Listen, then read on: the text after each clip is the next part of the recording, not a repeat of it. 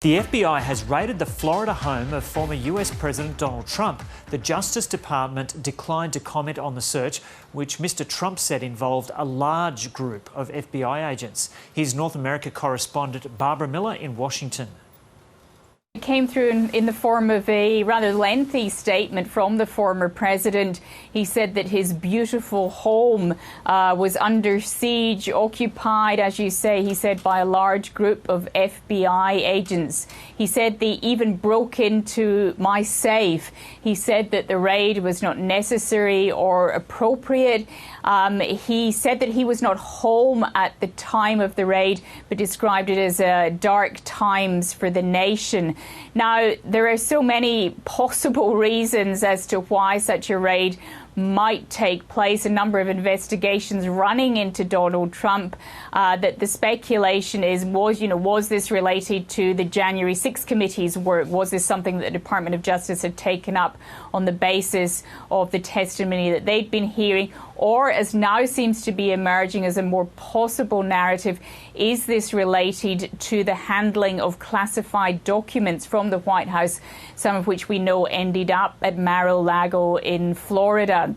Now, the Department of Justice, as you say, has said it is not commenting. However, if this is confirmed, if FBI agents really did get a warrant and go into the residence of a former president, this is really quite a dramatic escalation into whichever investigation it is into Donald Trump. As you can tell from the tone of his statement, he's clearly very, very unhappy about it. But this news coming from him, Joe, and not from the FBI or the Department of Justice at this time. Barbara Miller there in Washington. And Jay Newton-Small is a contributor with Time magazine. She says the former president is currently under a lot of scrutiny. He's subject to so many investigations right now. There's a civil investigation by New York Attorney General Letitia James. There's a criminal investigation by the Manhattan District Attorney's Office.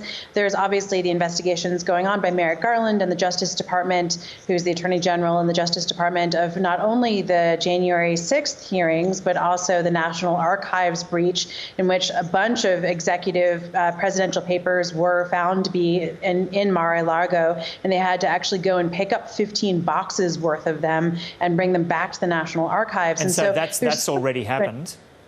That happened in January, yes. And so there's so many different investigations into Donald Trump right now. It's almost hard to tell which one is going to be, which one is the FBI is raiding for. And that's, I think that's very telling, frankly, that but I also think that, look, if a judge issued this warrant, if there was a judge that said, yes, you can go ahead and search a presidential residence, there has to be some compelling evidence out there, because that's a really hard bar to bar to reach when a judge issues those kinds of warrants, especially for a former president.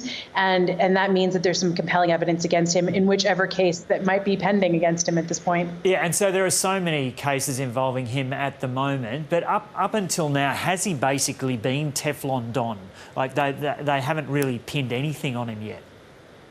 So very famously, during the 2016 election, Donald Trump claimed that he could literally walk out onto Fifth Avenue in New York City, shoot somebody in the face, and nothing would happen to him. And he's always been, people in politics have always said he's Teflon Don. And there's been so many investigations into his business practices, into him as, in terms of not just civil business practices, but also criminal business practices. And he's always gotten off.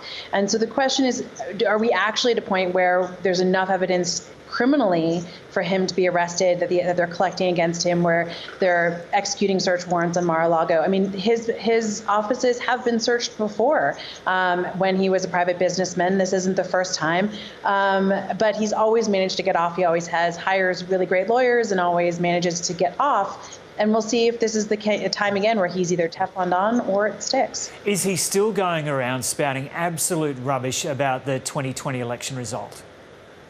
It is. It's amazing to me. Just, the last few weeks he's been on the campaign trail doing rallies where he's literally said the campaign was stolen from me, the election was stolen. I won 2 elections, the second one by a wider margin than the first, and he still makes these claims. And the litmus test for all of the candidates that he's endorsed for the 2022 elections has been were the elections stolen? And if they claim, like Donald Trump does, that the elections were stolen, then he'll endorse them. So there's a whole spate of candidates that makes these claims too. He still is convinced that he somehow won the 2020 election and he should be president, even though that's patently not true. Does it look like he's going to win the Republican nomination? Well, look, I mean, it depends on so many different factors, and we're like 5 million news cycles between now and the Republican nomination of 2024. But he's actually threatened to actually announce his nomination or announce his candidacy in September, which would be catastrophic for a lot of the Republican Party candidates that are on the ballot right now, and for the Republican Party in general, because it moves up the litmus test to endorse or not endorse to before the 2022 elections. And a lot of campaign watchers and experts say that this is because he's fearing that he's going to lose a lot of these contests in the midterm elections coming up in this November in 2022, and that will damage his credibility going into 2024. So if he announces before the elections in September, all of the loyalty tests, all the litmus tests, all the endorsements would come before that test, before the midterm elections, and it would mitigate the sort of losses on him politically ahead of 2024.